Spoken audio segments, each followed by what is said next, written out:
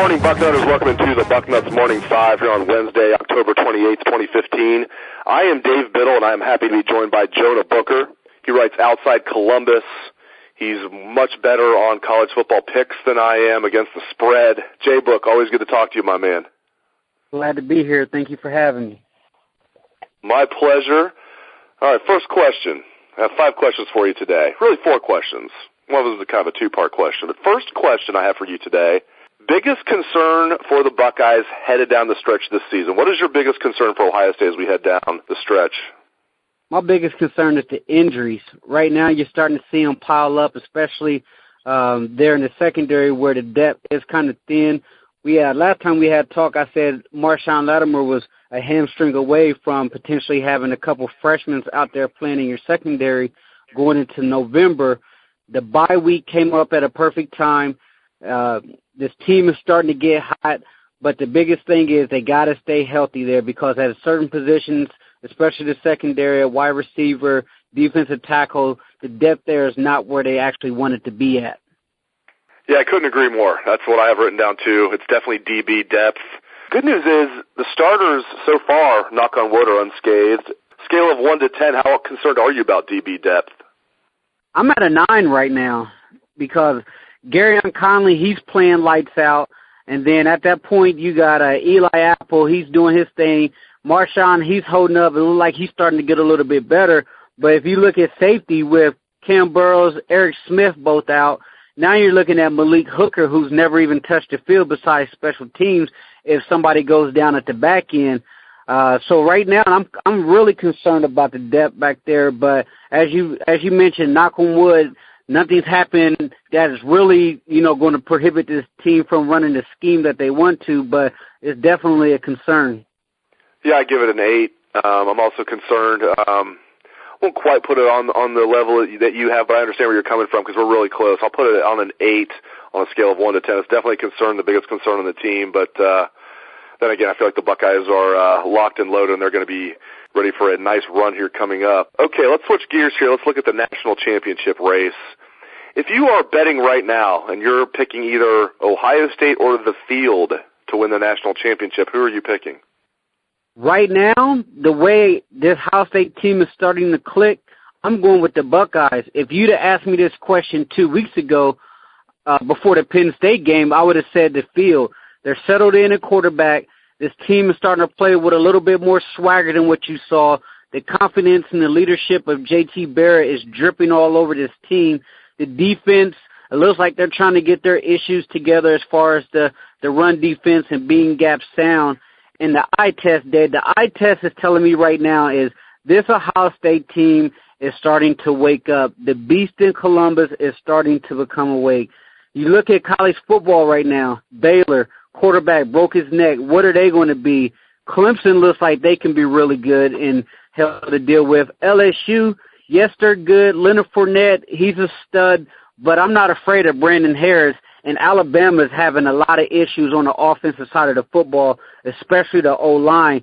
So if you look at everybody else there in the picture who could be potential threats, to me, Ohio State is by far the best football team as they continue to get better throughout the season due to the fact that the talent there is so much greater than what you're else going to see in college football. Yeah, I think Ohio State has the best chance of any team of winning the national championship. If I had to just pick one team to win it, Ohio State would be my team, no question about it.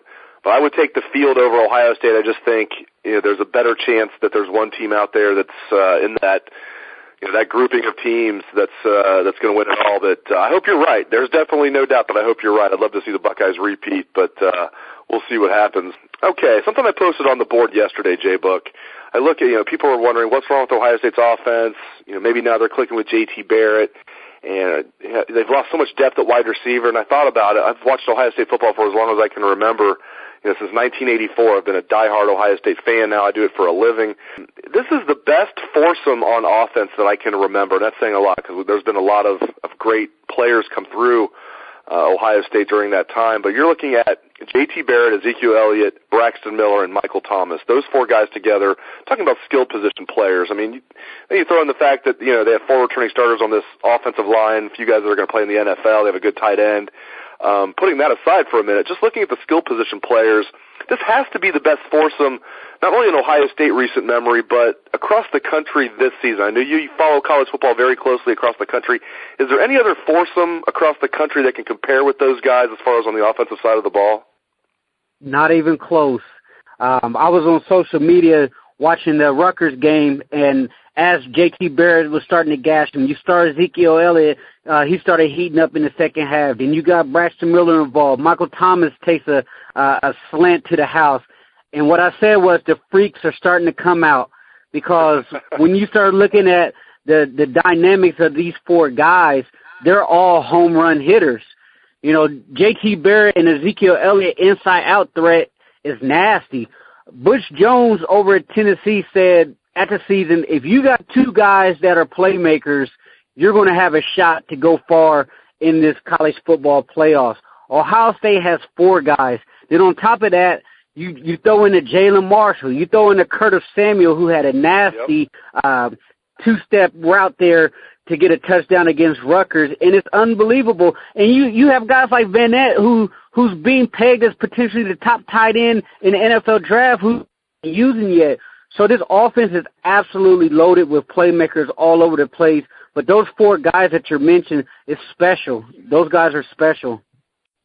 Switching gears to recruiting, real quick before I let you go, I want to touch on the Kareem Walker situation.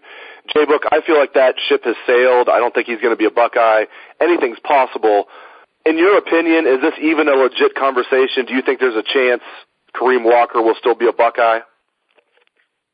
It's a tough one, because I keep going back and forth with this, because Kareem is saying all the right things right now. He's doing the media interviews where he's saying he's a Buckeye, but he's going to take his visits. You know how that goes. It's going to come down to that official visit to Ohio State. If he makes that visit, I do believe he's going to be a Buckeye in the end.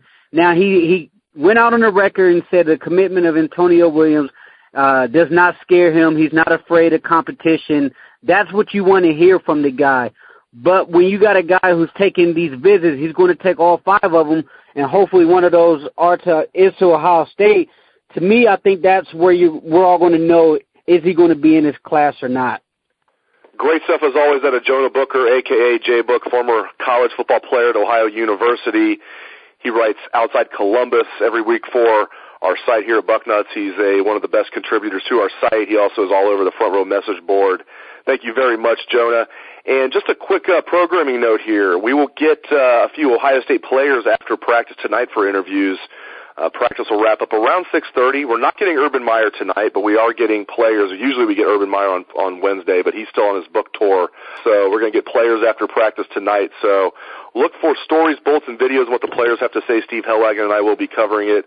Again, that is tonight at 6:30. Thanks again to J-Book. Thanks to you for tuning into the show. I appreciate it and hope you have a great day. Take it away, best damn band in the land.